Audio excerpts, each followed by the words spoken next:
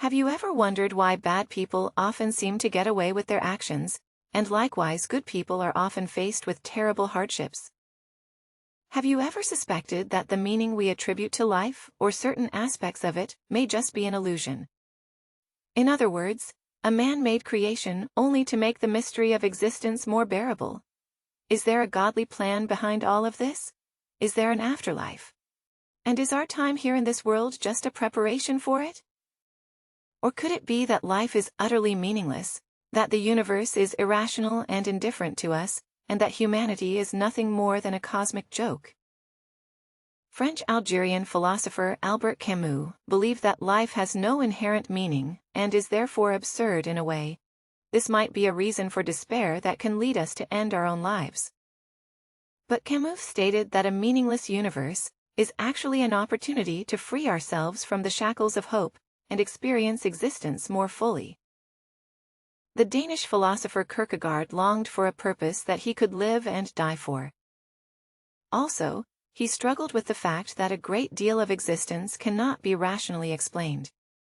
And therefore, we have to find something outside ourselves to hold on to, something that gives us clarity and guidance in the face of the unknown. He found that religion is the answer, and that we should take a leap faith by embracing this higher purpose as the ultimate meaning of life, even though there's no solid proof of its validity. Such an embrace may solve the problem and end our existential angst, but it comes with a price. Philosophical suicide is what Albert Camus called the solution of faith. Camus had quite a different approach to the uncertainty of distance. He acknowledged that reason has its limits, and that what goes beyond our understanding is indeed inscrutable. Moreover, he believed that life is meaningless, and that all forms of meaning that we give to it are nothing more than constructs of the human mind. There's no proof that the universe has a meaning that transcends it. And if it has, we simply don't know it as we speak, as he states in his philosophical essay, The Myth of Sisyphus. I don't know whether this world has a meaning that transcends it, but I know that I do not know that meaning, and that it is impossible for me just now to know it. What can a meaning outside my condition mean to me? I can understand only in human terms. Thus, he concluded that the only honest observation that we can make about the world is that it's meaningless. There are no universal values, there is no divine plan, and everything happens randomly. Hence, life is absurd. But what did Camus mean with the absurd? Did he mean that we humans are absurd beings, or that the world that surrounds us is absurd in itself? Well, he meant neither. The predicament we face as humans is that we are rational beings with a strong desire to create order and clarity, and give meaning to life.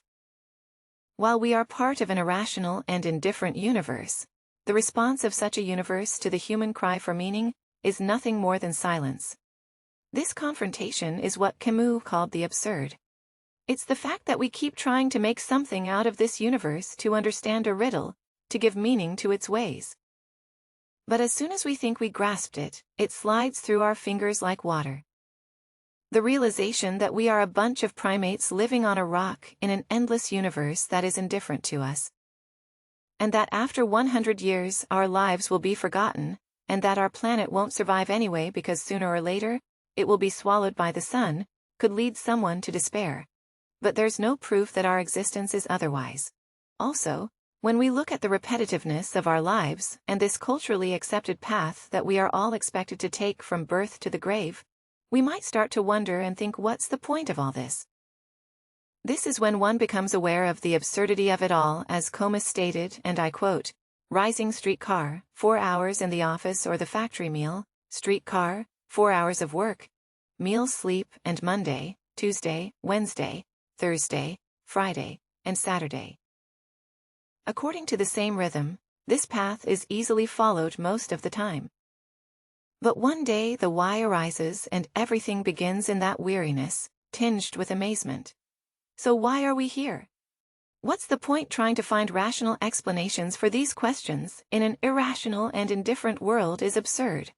And according to Camus, the absurd cannot be negated. This means that we can react to it in two ways. We can live it, or we can escape from it.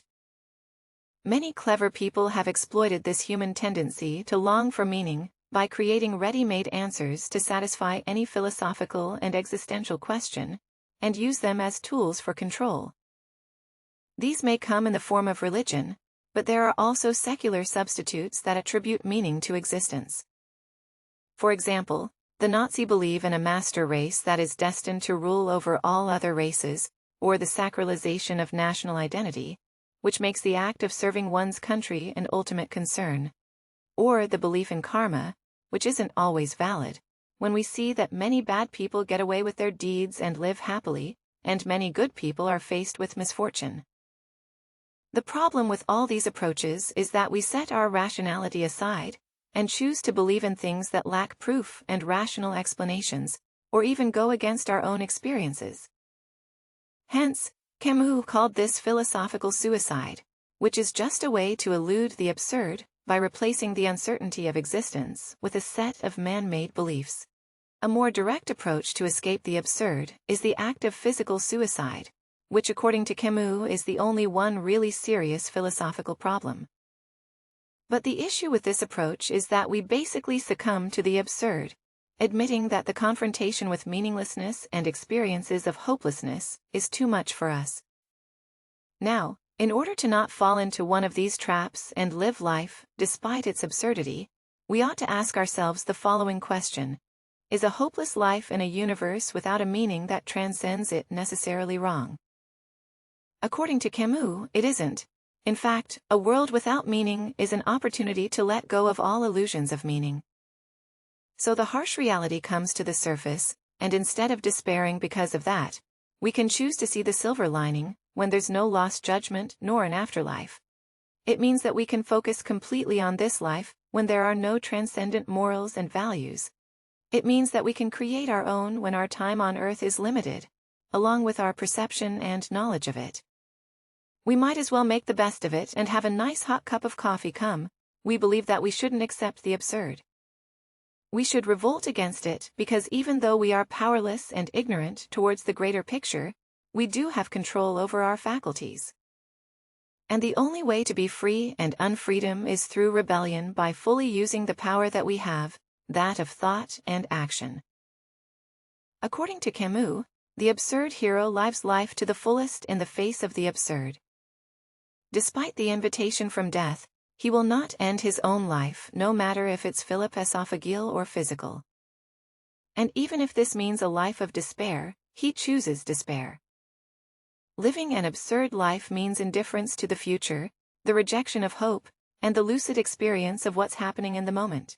I quote, "Hence what he demands of himself is to live solely with what he knows, to accommodate himself to what is, and to bring in nothing that is not certain." He is told that nothing is, but this at least is a certainty, and it is with this that he is concerned. He wants to find out if it's possible to live without appeal. Living without appeal means living in the present moment with the full awareness of the absurd, and not wanting anything more from a conceptual future.